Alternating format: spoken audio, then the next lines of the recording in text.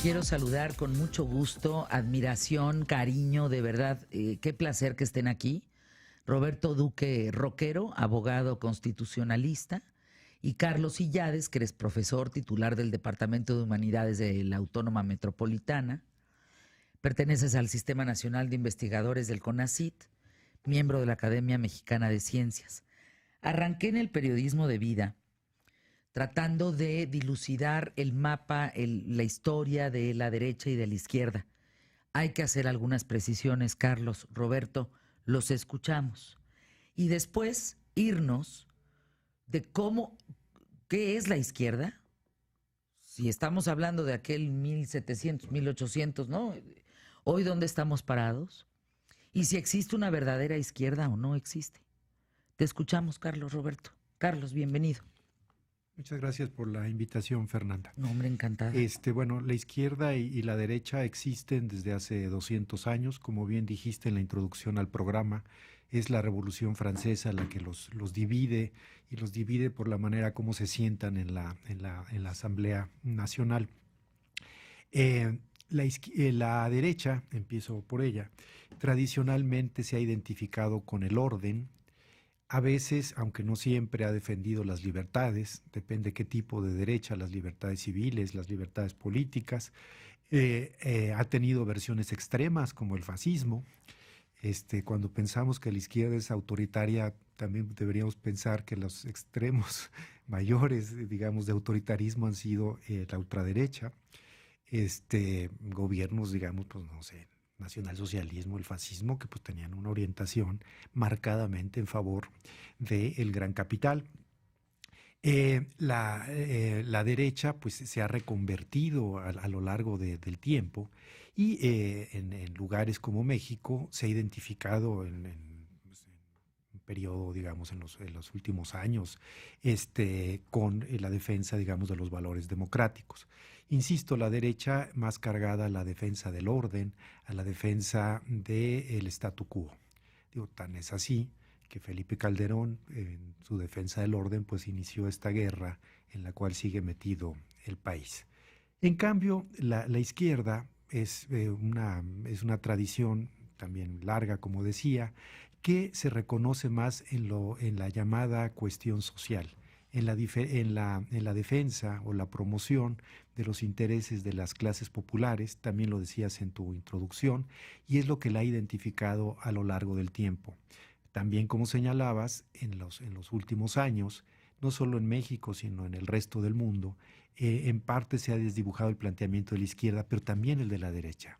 Esto es, han decaído las formaciones políticas, digamos, identificadas con ideologías, y lo que tenemos es una política pues mucho más pragmática. Y eso tiene que ver, en el caso de la izquierda, con que la base social de la izquierda se ha debilitado. Es decir, la izquierda, en particular la izquierda socialista, pues tenía, por ejemplo, socialdemócrata más precisamente, una base social apuntalada en los sindicatos, en la clase obrera industrial, y esa pues se ha debilitado en los últimos 30, 40 años. Entonces, para llegar al poder necesita de alianzas políticas y sociales mucho más amplias.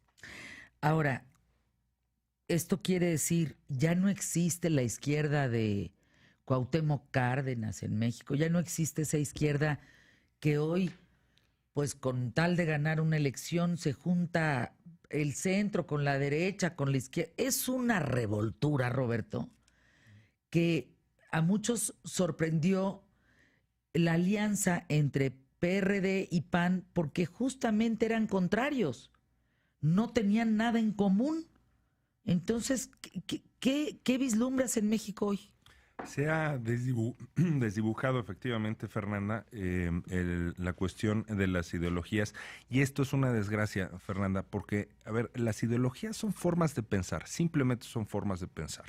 A ver, quien nos está escuchando, pues habrá algunas personas que en temas de economía, por ejemplo, digan, oye, yo prefiero la intervención del Estado para que haya más igualdad social.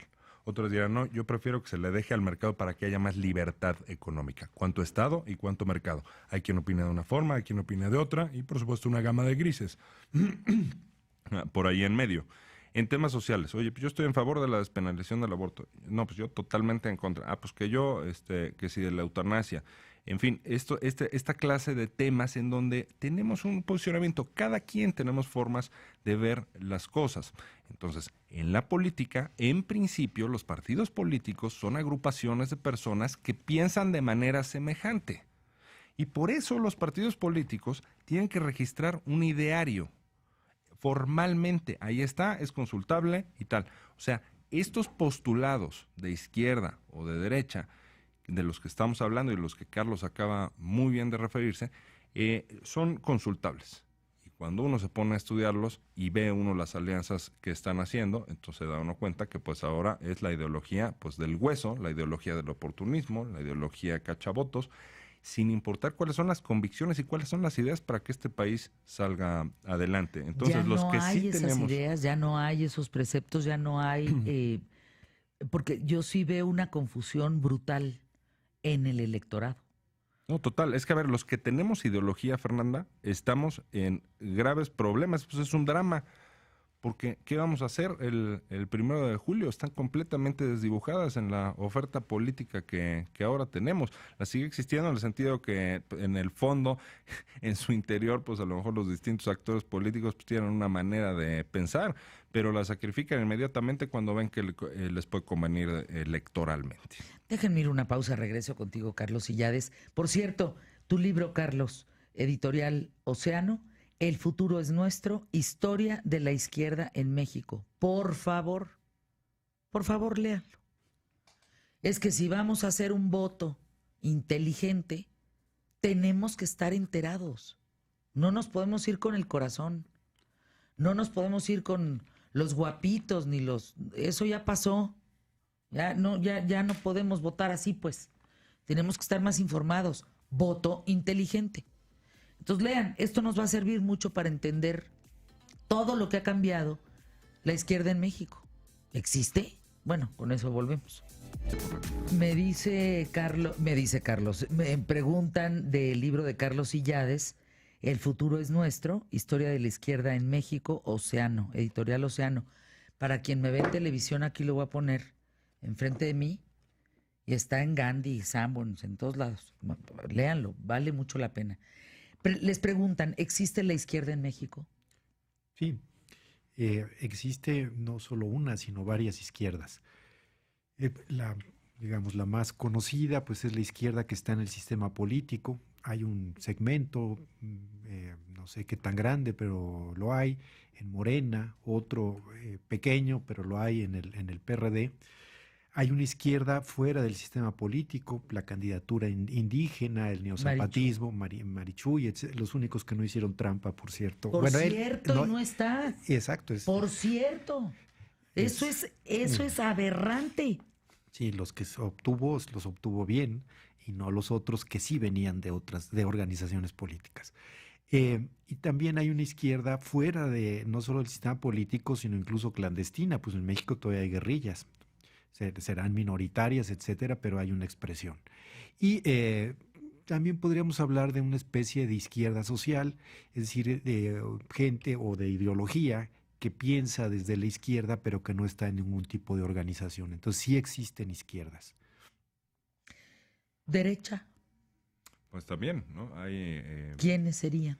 El PAN es un partido que en su ideario histórico y de hecho pues actual ya nada más en lo que está en su declaración de principios registrada, pues tiene estos elementos de la derecha, de conservadurismo que mencionaba muy bien Carlos, y luego de los partidos más recientes que obtuvieron el registro hace 3 años, pues Encuentro Social es un partido todavía más pronunciadamente de derecha, quizás ultraderecha, no sé qué opine Carlos de esa denominación, y la cuestión es que tenemos esa mezcla. Mira, Fernanda, preparé nada más rápidamente, te voy a contrastar rápidamente lo que dice el ideario que tiene registrado el PRD con el ideario que tiene registrado el PAN, que van en coalición.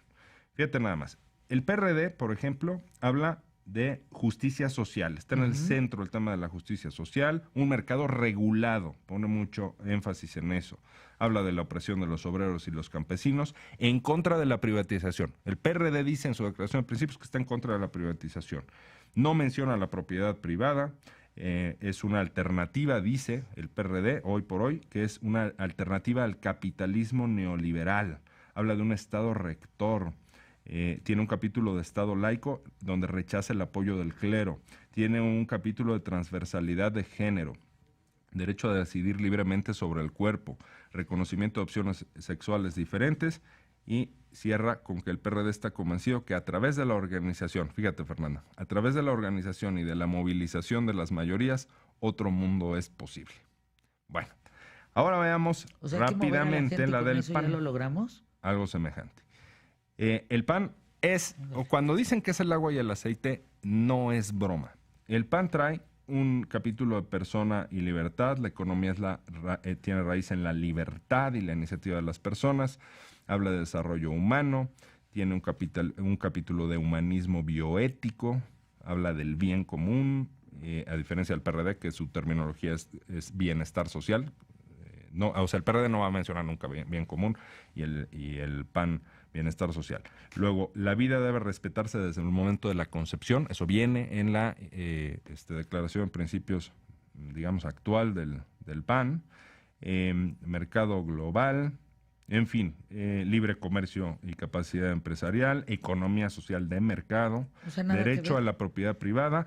El Estado debe cumplir su misión, en fin, fíjate, dice, cada mujer y cada hombre son indivisibles corporal y espiritualmente. Habla de cuestiones espirituales, en fin, la asistencia espiritual contra el dolor, viene ahí en la declaración de principios del PAN. Bueno, pues estos dos partidos van coaligados. Y por eso cuando uno les pregunta, ¿y cuáles son las propuestas que tienes para México?, pues prefieren quedarse ahí nada más en las generalidades. Hay que acabar con la pobreza. Qué padre, en eso estamos de acuerdo. Son, en efecto, el agua y el aceite desde un punto de vista ideológico. No creo, y me lo han dicho mis amigos del PAN, que les cuesta un tremendo trabajo votar por ciertas gentes del PRD y viceversa, mis amigos del PRD perredistas. Lo mismo del PAN, a mí me dicen pero exactamente sí, lo mismo. es la reacción conservadora que yo siempre he combatido. Y ahora resulta que es tu candidato, porque en la coalición entonces un perredista es el candidato del militante panista más recalcitrante, y pues tendrían en principio que votar por él. Pero luego vemos en Morena, y ya no entramos a detalle, pero esta es la idea que quiero reflejar. El tema de Morena, pues es también el agua y el aceite totalmente con el Partido Encuentro Social.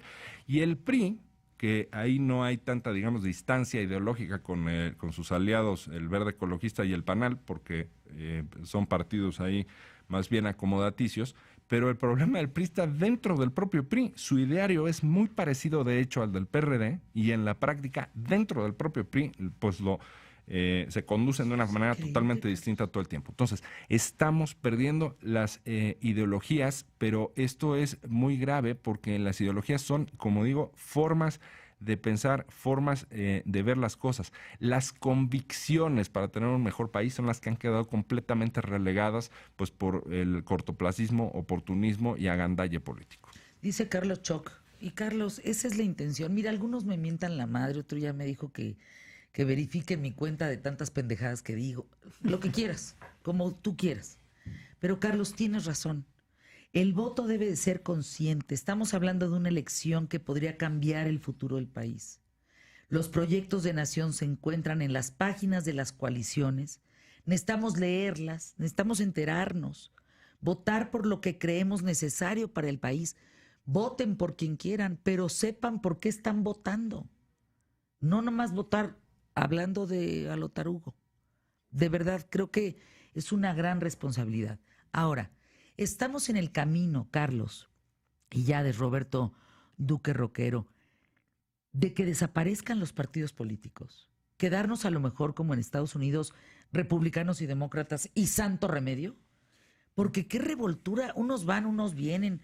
Uno no puede creer que el recalcitrante, bueno, que se cortaba las venas por tal partido, ahora ya se mudó al otro. O sea, ¿cómo? Ya no está en ese y está en otro. Sí, no creo que desaparezcan. De hecho, el desastre de las candidaturas independientes a nivel federal, no me refiero, hubo algunas exitosas a nivel local, pero las que iban para la presidencial más bien refuerza a los partidos políticos. De hecho, de los que hicieron trampa venían de los partidos políticos y tenían posibilidad o mayor posibilidad de hacer trampa porque tenían estructuras que provenían de allí. Yo quería también volver un poco a lo que acaba de decir Roberto. Hasta hace 2 años el PRD, el PRI y el PAN estaban aliados. Entonces, con lo del pacto, y entonces con esto de desdibujarse, también ahora presentarse como los grandes antagonistas del PRI cuando pues, los tres signaron el pacto y es cuando se separa Morena, digamos, del PRD, es también algo de llamar la atención. Cuando se firma el pacto, pues eran tambaleantes las direcciones del PAN y las del PRD, y entonces se agarran del entrante gobierno de Peña Nieto para reforzarse. Y ahora resulta que son los enemigos acérrimos, ¿no? ¿Qué nos pinta? ¿Qué nos queda? ¿Dónde podemos consultar toda esta información? ¿Cómo podemos informarnos para tener un voto inteligente? Bueno, en la página del INE viene todo esto, las declaraciones de principios de los partidos políticos. Hay muchos perfiles, hay uno que se llama muchos portales, Voto Informado, por ejemplo, que es un portal de la UNAM muy importante, donde viene también ahí información. Y cuando se conozcan las candidaturas, que está por cumplirse el plazo para el registro de candidaturas, lo tendremos ahí. Creo que es importante, de lo que mencionabas hace un momento, Fernanda, tener muy claro que el término partido político, aunque en México está muy desprestigiado y nos han dado muy buenas razones para ello, las democracias más potentes, más saludables del mundo funcionan con un sistema de partidos políticos, nada más que haya son buenos partidos políticos. Pero el sistema de partidos políticos no es el que tiene la culpa de las personas que manejan los partidos políticos. No sé si me explico. O sea, no hay que traslapar estas dos cuestiones. Yo voy todavía más allá, Fernanda.